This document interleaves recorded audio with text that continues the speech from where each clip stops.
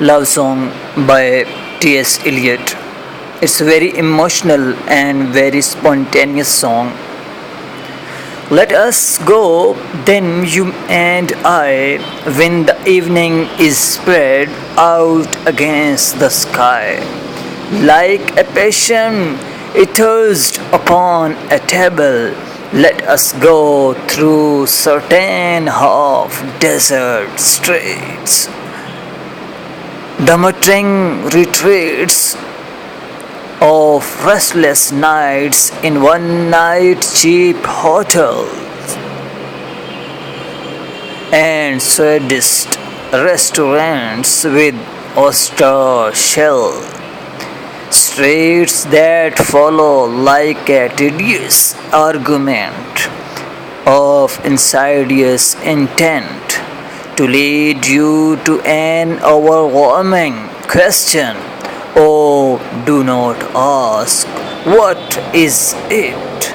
Let us go and make our visit.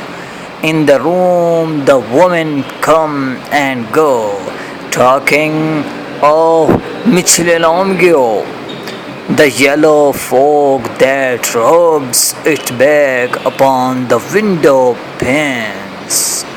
The yellow smoke that rubs its muzzle on the window panes licked its tongue into the corner of the evening, lingered upon the pools that stand in drains, let fall upon its back the soot that falls from chimneys, slipped by the tears, made a sudden leap, and seeing that it was a soft October night, curled once about the house and fell asleep. And indeed there will be time for the yellow smoke that slides along the street, rubbing its back upon the window panes. There will be time to prepare a face to meet the face that you meet. There will be time to murder and create, and time for all the works and days of hands that left and drop a question on your plate. Time for you and time for me, and time yet for 100 decision, for 100 visions and revisions before the taking of a toast and tea. In the room the women come and go, talking of Michelangelo.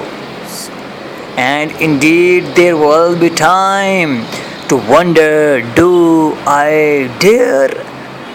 And do I dare? Time to turn back and discount the stove with a belt spot in the middle of my hair. My morning coat, my collar mounting firmly to the chin, my naked, rich and modest, but asserted by a simple pen. Do I dare disturb the universe? In a minute there is time for decision and revision, which a minute will revise. For I have known them already, known them all, have known the evenings, mornings, afternoons. I have measured out my left with coffee spoons. I know the voice is dying with a dying fall, being the music for the further room. So how should I presume And I have known the eyes, already known them all, the eyes that fix you in a formulated phrase. And when I am formulated, sprawling on a pen, when I am penned and welling on the wall, then how should I begin to spit out all the butt ends and of my days and ways?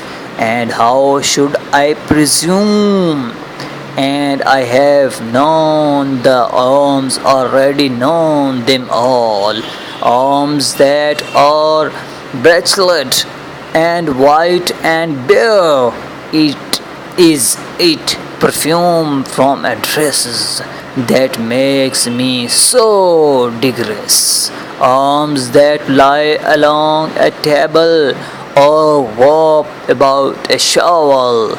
And should I then presume? And how should I begin? Shall I say I have gone at dusk through narrow streets and watched the smoke that rises from the pipes, a lonely men in shirt sleeves leaning out of windows? I should have been a pair of regret claws scuttling across the floors of silent seas.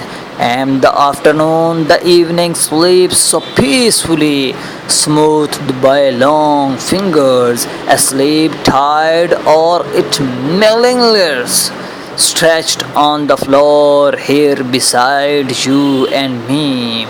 Should I, after tea, the cakes and eyes, have the strength, the force, the movement to its crisis? But though I have wept and fasted, wept and prayed, though I have seen my head brought in upon a platter, I am no prophet, and here's no great matter. I have seen the movement of my greatness flicker, and I have seen the eternal footman hold my coat and snicker, and I shot. I was afraid. And would it have been worth it? After all, after the cups, the marmalade, the tea, among the proclaim, among some talk of you and me, would it have been worthwhile to have button off the matter with a smile, to have quizzed the universe into a bell, to roll it toward come overwhelming questions, to say I am leisure's come for deed, come back to tell you all, I shall tell you all.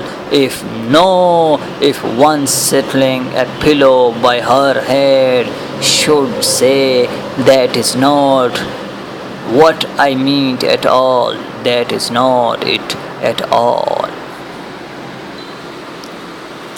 And would it have been worth it? After all, would it have been worthwhile? After the sunset and the dooryard and the spelt streets, after the novels, after the teacups, after the skirts that trail along the floor, and this and so much more, it is impossible to say just that I mean, but as if a magic lantern throw the nervous in pattern on a screen, would I have been worthwhile if one settling a pillow or throwing off a shovel and turning towards the window should say that is not it at all, that is not what it mean at all.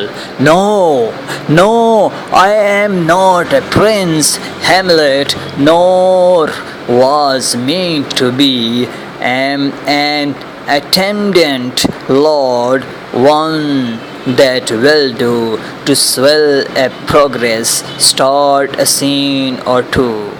Advise the prince, no doubt, an easy tool, differential, glad to be of use.